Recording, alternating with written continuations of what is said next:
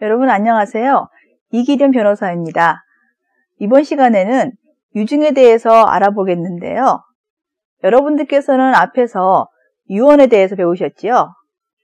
유증이란 바로 유언을 하는 자가 유언에 의하여 자기의 재산을 수증자, 즉 유증을 받는 자를 말하는데 그에게 자기가 죽은 후에 아무런 대가 없이 무상으로 양도할 것을 약속하는 것을 말합니다. 용어가 어려울 것 같아서 미리 설명을 드렸는데요. 내용을 정확히 이해하기 위해서는 개념에 대한 이해가 필수적입니다. 앞으로 나오겠지만 이미 살펴보신 상속과 유증의 한 종류인 포괄적 유증이란 개념이 비교가 되는데요. 자, 그럼 유증이 무엇이고 또 어떤 것이 문제되는지 함께 알아보시겠습니다. 유증이란 유언을 하는 자가 유언에 의하여 자기의 재산을 수증자에게 사후에 대가 없이 무상으로 양도할 것을 약속하는 것입니다. 유언과 마찬가지로 유증은 상대방 없는 단독 행위이며 타인에게 이익을 주는 행위이므로 이익을 받는 타인의 존재가 필요합니다. 사람은 누구든지 자기의 재산을 사후에 자유로이 처분할 수 있으므로 유증의 자유는 유언의 자유 가운데 가장 핵심적인 내용이 되지만 다만 유증의 자유는 유류분 제도에 의해서 일정한 제한을 받고 있습니다. 이러한 유증은 특정적 유증과 포괄적 유증으로 나뉩니다.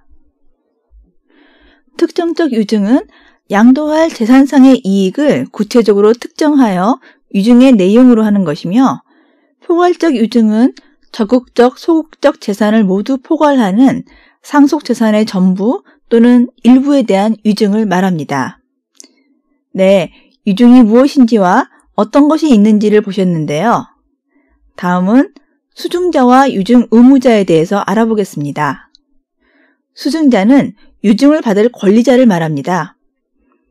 수증자의 자격에 대한 특별한 제한은 없으나 다만 수증자는 원칙적으로 유언자가 사망한 당시까지는 생존해 있어야 하고 또한 수증자는 상속에서의 상속 결격 사유가 없어야 합니다. 한편 유증의 효력은 유증자의 사망 시에 발생하므로 유증으로 인한 재산의 양도는 유증자 본인이 집행할 수 없습니다. 이런 이유로 유증을 실행할 의무를 지는 자를 유증 의무자라고 하며 보통은 상속인이지만 유언 집행자, 포괄적 수증자 또는 상속인 없는 재산 관리인 등이 유증 의무자가 됩니다. 유증은 수증자에게 재산적인 이익을 주는 단독 행위이기 때문에 유증이 있는 경우에는 유언자가 사망한 때에 수증자가 이를 알고 있는지를 묻지 않고 당연히 그 효력이 발생합니다. 그러나 개인주의적 법 원리에 따르면 재산적 이익의 취득도 수증자의 의사를 존중하여야 하며 이에 반하여 유증의 효력을 강제하는 것은 부당하기 때문에 법은 유증의 승인, 포기를 인정하고 있습니다. 한편 유증의 승인과 포기는 포괄적 유증과 특정적 유증의 경우로 나누어 보아야 하는데요. 포괄적 수증자는 상속인과 동일한 권리 의무가 있으므로 포괄적 유증의 승인 포기는 상속의 승인 또는 포기에 관한 규정이 적용되기 때문에 유증의 승인 포기에 관한 규정은 다음에 특정적 유증의 경우에만 적용됩니다. 그러면 특정적 유증의 승인과 포기에 대해서 자세히 살펴보기로 하겠습니다. 말씀드렸던 것처럼 특정적 유증의 승인, 포기도 원칙적으로 자유입니다. 유증의 승인은 유증의 효력을 새로이 발생시키는 것이 아니라 유증자의 사망으로 발생한 유증의 효과를 확정시키는 것일 뿐이어서 포기권의 포기를 의미합니다. 이에 비해 유증의 포기는 유언자의 사망으로 발생한 유증의 효과를 확정적으로 소멸시키는 행위로서 보다 중요한 의미를 지닙니다. 특정적 수증자는 자유로이 유증을 승인, 포기할 수 있지만 행위 무능력자는 법정 대리인의 동의 없이 유증을 포기할 수 없습니다. 수증자로서의 지위는 상속의 대상이 되며 따라서 수증자의 상속인도 특정적 유증을 승인, 포기할 수 있는데요. 즉, 수증자가 승인이나 포기를 하지 않고 사망한 때에는 그 상속인은 상속분의 한도에서 승인 또는 포기를 할 수 있습니다. 승인, 포기의 시기에는 특별한 제한이 없고 수증자는 유언자의 사망 후 언제든지 유증을 승인 또는 포기할 수 있습니다. 이 점이 시기상 제한이 있는 상속의 승인, 포기와 다르며 유언자의 사망 후여야 하기 때문에 유언자의 사망 전에 한 승인, 포기는 무효입니다. 그런데 이와 같이 유증의 승인, 포기에 시기상의 제한이 없어서 유증 의무자 또는 기타의 이해관계인을 보호할 필요가 있게 되는데 이를 위해 유증 의무자의 최고권이 인정되고 있습니다. 특정적 유증의 승인, 포기는 유증 의무자에 대한 의사표시를 하면 충분합니다. 또한 상속의 한정 승인이나 포기의 경우 불가분의 원칙이 적용되지만 특정적 유증의 승인, 포기의 경우에는 일부의 포기도 가능합니다. 유증의 승인, 포기의 효과는 유언자가 사망한 때의 소급함으로 상속 개시 시로 소급하여 그 효력이 확정됩니다.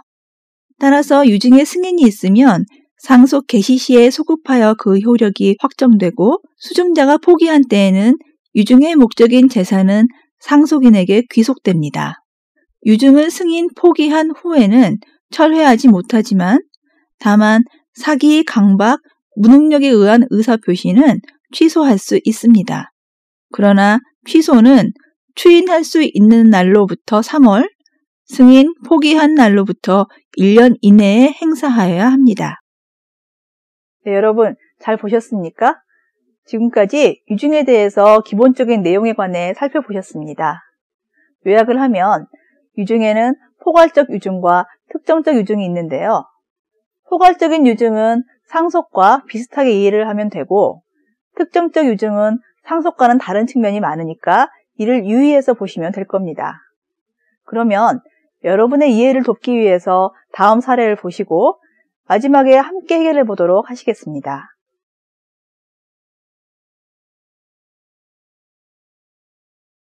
남편 갑은 일찍이 본처와 사별한 후 사망할 당시 자녀 A, B가 있었습니다. 갑의 상속재산으로는 현금 2억 원, 은행빚 1억 원, 그리고 경기도 분당에 있는 시가 약 8억 원 상당의 부동산이 있었습니다. 그런데 갑은 생전에 자신의 노후에 친구처럼 의지하며 살던 내연의 처 을에게 위 분당 소재 부동산에 입주하여 살게 하였는데요. 그의 장남 A에게는 내연의 처 을을 평생 부양한다는 조건으로 위 분당 소재 부동산을 유증하였습니다. 한편 갑은 을에게 현금 2억 원 중 3천만 원과 노후에 을과 함께 다니던 종교단체에 자신의 재산 중 4분의 1을 기부하였습니다. 네, 이와 같은 경우에 갑의 사망 후 자녀 A, B와 종교단체 및 내연의 처 을 각자가 받아야 할 몫은 얼마일까요? 네, 여러분 사례를 잘 보셨나요? 포괄적인 유증과 특정적 유증, 그리고 부담부 유증을 모두 생각해 볼 수 있는 사안으로 보이는데요. 이 사례를 해결하기 위한 내용을 앞으로 함께 보시겠습니다. 시작해 볼까요? 먼저 포괄적 유증을 알아보지요. 포괄적 유증은 적극적, 소극적 재산을 모두 포괄하는 상속 재산의 전부 또는 일부에 대한 유증을 말합니다. 따라서 구체적인 재산을 목적으로 하는 특정적 유증과 다릅니다. 포괄적 수증자는 상속인과 동일한 권리 의무가 있어서 다음과 같은 점에서 상속인과 동일한 지위에 서게 되는데요. 일신 전속적 권리를 제외하고 수증분에 해당하는 상속재산은 유증의 이행 없이 법률상 당연히 수증자에게 승계됩니다. 또한 포괄적 수증자와 상속인이 있거나 포괄적 수증자가 다수인 경우에는 공독 상속 관계와 동일한 관계가 발생하므로 상속 재산의 공유 관계가 생기고 분할 협의가 필요하게 됩니다. 포괄 유증의 경우는 상속의 승인 포기에 관한 규정이 적용되고 수증자의 승인 포기 제도는 특정적 유증의 경우에만 적용됩니다. 기타 상속 회복 청구권의 행사, 재산 분리, 태아의 수중 능력 등에 있어서도 상속과 동일하게 취급됩니다. 다음은 앞에서 잠시 말씀드렸던 상속과 포괄적 유증의 차이점을 종합적으로 비교해 보도록 하겠습니다.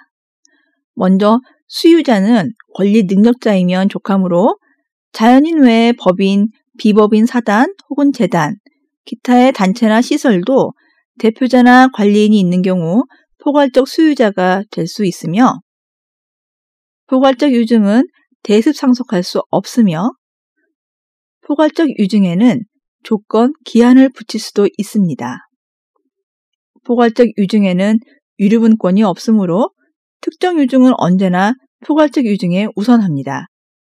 즉, 특정적 유증이 있는 경우에 포괄적 수유자는 유류분 반환 청구권을 행사할 수 없다는 것입니다. 한편 유증받은 수증분은 고정되어 있으므로 상속인이나 다른 포괄적 유증이 무효가 되거나 수증자가 포기한 경우에 유증 목적 재산은 상속인에 귀속되고 상속인 외에 포괄적 수증자가 있어도 유증 목적 재산은 상속인에게만 상속분의 비율대로 귀속되고 포괄적 수증자의 수증분은 증가하지 않게 됩니다. 또한 포괄적 수증자가 유언자보다 먼저 사망하는 경우 포괄적 유증은 무효가 됩니다. 마지막으로 포괄적 수증자에게는 상속분 양수권도 없습니다. 이렇게 포괄적 유증은 상속과 같이 당연 승계가 되고 분할 협의 등을 할 수 있다는 공통점이 있는 반면에 또한 차이점도 있다는 것을 유의하시기 바랍니다.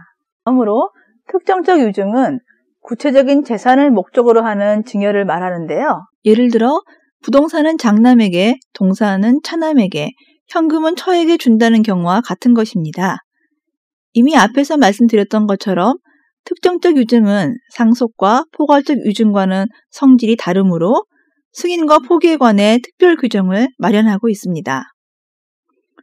효과에 대해 간략히 설명드리면 특정적 유증물은 일단 상속 재산에 포함되고 수증자는 상속인에 대하여 유증의 이행을 청구할 수 있는 권리가 있습니다. 따라서 특정의 재산권은 그 이행에 의하여 비로소 이전된다고 해석해야 할 것입니다. 이와 같은 유증 이행 청구권에 대해 민법은 특칙을 마련하고 있는데요.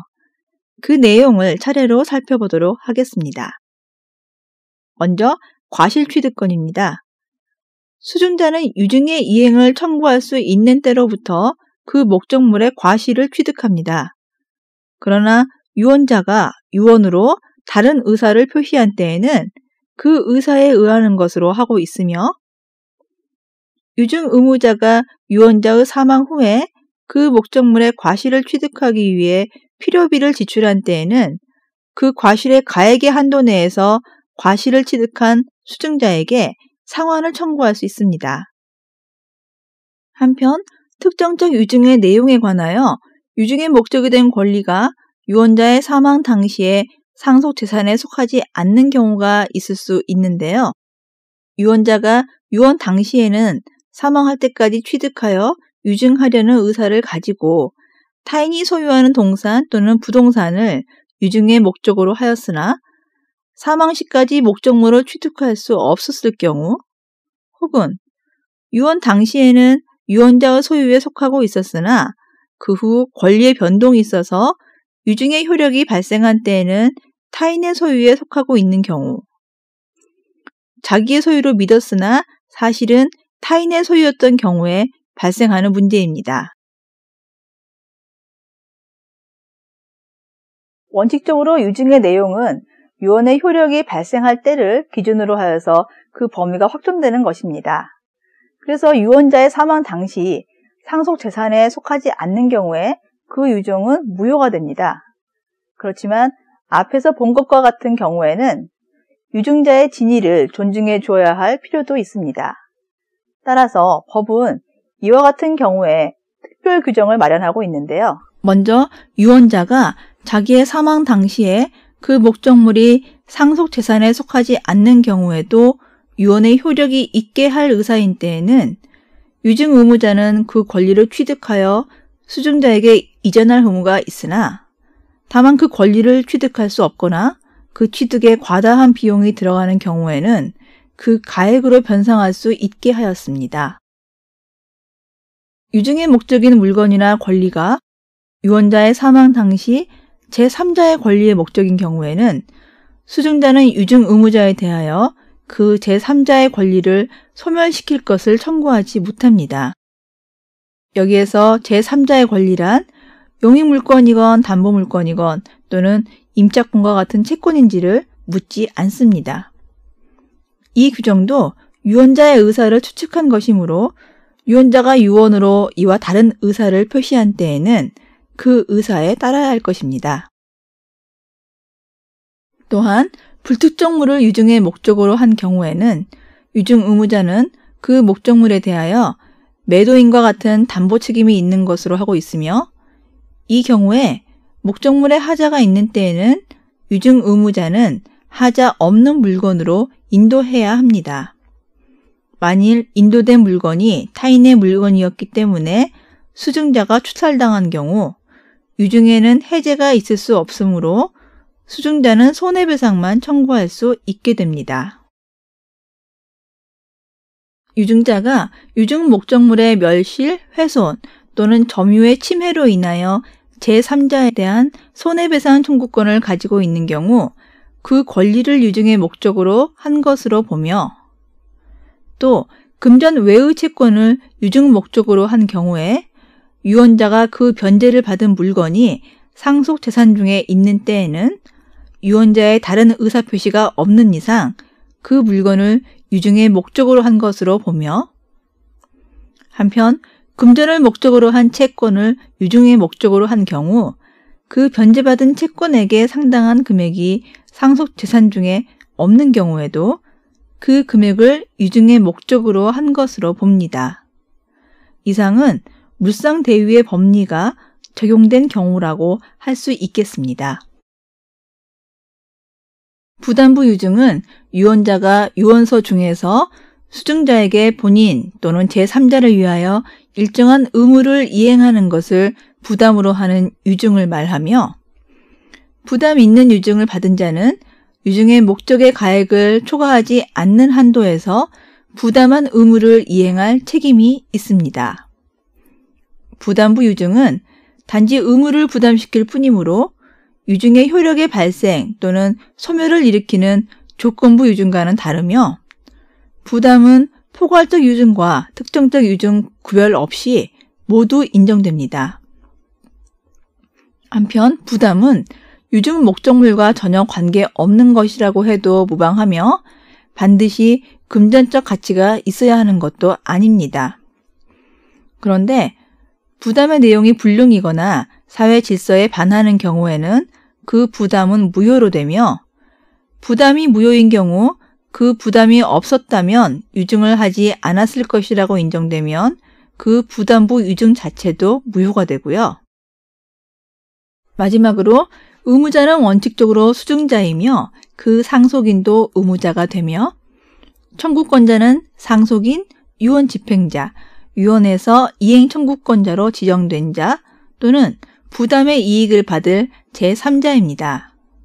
또한 부담부 유증을 받은 자는 유증 목적물의 가액을 초과하지 않는 범위에서 부담을 이행할 책임이 있으며 가액의 산정은 부담을 이행하는 때의 시가를 표준으로 하며 부담부 유증을 받은 자가 부담 의무를 이행하지 않을 때에는 상속인 또는 유언 집행자는 상당한 기간을 정하여 이행할 것을 최고하고 이행하지 않을 때에는 유언의 취소를 청구할 수 있습니다. 네, 여러분 잘 보셨습니까? 지금까지 유증에 대해서 살펴보셨는데요. 이해하는 데 도움이 되셨나 모르겠습니다. 유언은 유증을 통해 실현되는 경우가 많습니다. 따라서 유언이 자유롭게 행해지고 최종적인 유언자의 진위가 반영되도록 한 것과 같이 유증도 그런 취지가 바탕에 깔려 있습니다. 그러나 때로는 유언자의 진위가 무엇이었는지 모호한 경우가 많고 또 유언을 집행하는 과정에서 다툼이 생길 여지도 많습니다. 따라서 발생 가능한 분쟁 상황에 대비하기 위해서 미리 준비를 해두는 것이 바람직하다고 하겠습니다. 그러면 앞에서 확인한 내용을 토대로 하여 이미 제시해드렸던 사례를 해결해 보도록 하겠습니다. 여러분 스스로도 문제 해결이 가능한 것으로 생각이 되지만 아직까지 분명하지 않은 분들을 위해서 함께 확인해 보도록 하겠습니다. 갑의 상속인으로는 두 자녀 A, B가 있고 한편 갑은 내연의 처 을에게 현금 3천만 원을 주었다고 하였는데요. 이것은 특정적 유증으로 보아야 할 것입니다. 또한 갑은 종교단체에 전 재산의 4분의 1을 기부하였는데요. 이것은 포괄적 유증을 한 것으로 볼 수 있겠습니다. 그리고 갑은 장남인 A에게 내연의 처 을을 분당 소재의 부동산에 입주하여 살게 하면서 평생 부양을 하라는 조건으로 유증을 하였는데요. 이것은 부담부 유증으로 볼 수 있겠습니다. 이와 같이 상속인이 있고 포괄적 수증자, 특정적 수증자가 있는 경우 갑의 상속재산은 어떤 순서로 귀속되는지를 살펴보는 것이 본 사례의 해결 방법입니다. 우선 채무를 먼저 이행합니다. 갑의 총 재산, 즉 현금 2억 원과 부동산 8억 원 중에서 은행 부채 1억 원을 갚아야 합니다. 그러면 남는 재산은 9억 원이네요. 다음으로 특정 유증을 포괄 유증에 앞서 이행합니다. 따라서 내연의 처 을에게 3천만 원을 먼저 이행하면 나머지 재산은 8억 7천만 원입니다. 그리고 장남 A에게 부동산을 부담부 유증을 하였는데요. 이것은 특정 유증의 성질을 띠게 되므로 포괄 유증보다 먼저 이행합니다. 그러면 남는 재산은 7천만 원이네요. 그리고 나서 포괄적 유증을 이행하는데요. 7천만 원의 4분의 1은 1,750만 원입니다. 이것을 종교단체에 이행해야 합니다. 그러면 5,250만 원이 남습니다. 따라서 두 자녀 A, B는 이 5,250만 원의 2분의 1씩을 상속하게 되어 각각 2,625만 원씩 상속받게 됩니다. 물론 여기서는 내연의 처에게 부동산에 입주하여 살게 한 것의 정확한 의미를 조금 더 따져보아야 하겠지만 사례에서 구체적인 사정이 나와 있지 않으므로 검토를 생략하기로 하며 갑이 장남에게 부담부 특정 유증을 함으로써 또 다른 자녀 B의 유류분을 침해한 것인지는 다루지 않았지만 문제로 될 수 있습니다. 이 문제는 유류분을 다루는 곳에서 더욱 자세히 알아보도록 하겠습니다. 네, 여러분 잘 보셨나요? 유증과 관련된 법률 문제에 어느 정도 자신이 생기셨을 것으로 생각됩니다. 여러분들의 입장에서는 이 제도의 내용과 취지를 이해하는 것으로도 충분할 것 같습니다. 하지만 실제로 분쟁이 발생한 경우에는 경황이 없는 경우가 많습니다. 이런 경우에는 법률 전문가들의 도움을 받을 것을 권해드립니다.